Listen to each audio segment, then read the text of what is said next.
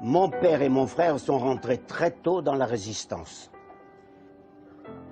J'ai participé à mon premier déraillement à l'âge de 16 ans et demi dans le sud, puis j'ai été muté dans les maquis de la Creuse.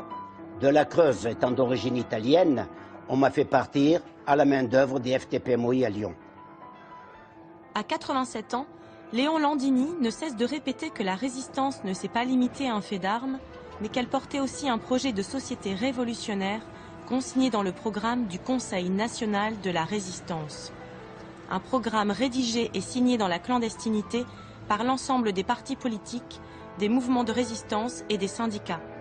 Un programme intitulé magnifiquement « Les jours heureux », dont nous bénéficions encore tous les jours et qui donna naissance à la sécurité sociale, aux retraites par répartition, à la liberté de la presse, au comité d'entreprise, etc.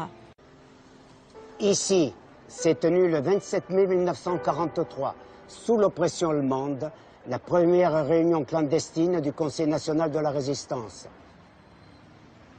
C'est ici que, sous l'égide de Jean Moulin, tout a commencé.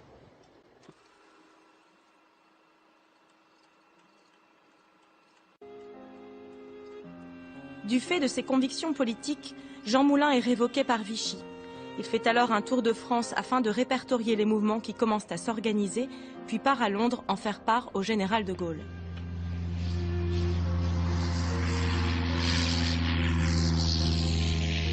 Celui-ci lui demande d'unifier les mouvements non communistes de la zone sud. La résistance intérieure étant majoritairement de gauche, le général sait qu'il va devoir lui donner des gages sur le terrain social s'il veut qu'elle s'unifie sous son nom. Après plusieurs mois de discussions, parfois âpres, Jean Moulin réussit cette unification. En janvier 1943, le Parti communiste envoie un émissaire à Londres et accepte de se ranger sous les ordres du général de Gaulle.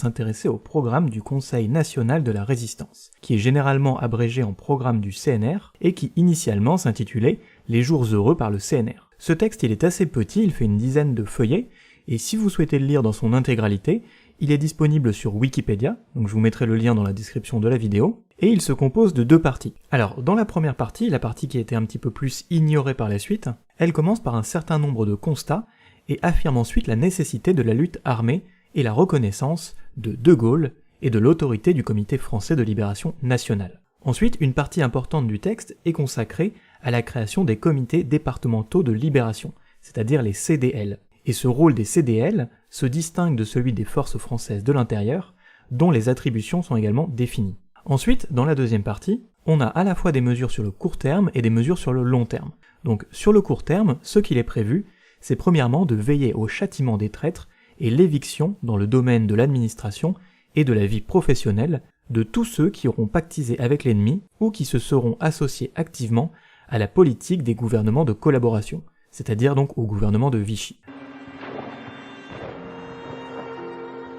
Le 6 juin 1944, les Alliés débarquent en Normandie. Sur le sol français, la résistance intérieure organise l'insurrection. La République est restaurée au fur et à mesure de l'avancée des troupes. Des Français issus de la résistance et non des officiers américains, comme le prévoyait Roosevelt, se substituent aux fonctionnaires de Vichy dans les administrations. Ceci a été rendu possible grâce au rapport de force gagné par de Gaulle, soutenu politiquement par le CNR face aux Alliés.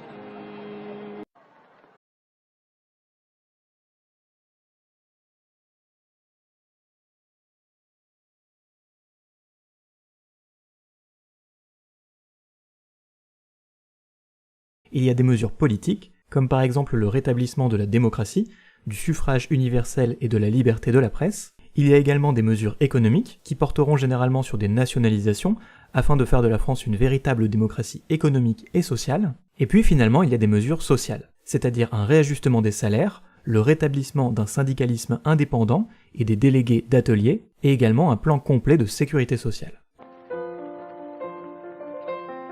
En octobre 1944, les communistes rendent leurs armes et entrent au gouvernement de Gaulle comme tous les autres partis politiques membres du CNR. Ils seront les plus ardents dans l'application du programme, notamment avec la création d'EDF par Marcel Paul ou l'instauration de la sécurité sociale par Ambroise Croizat.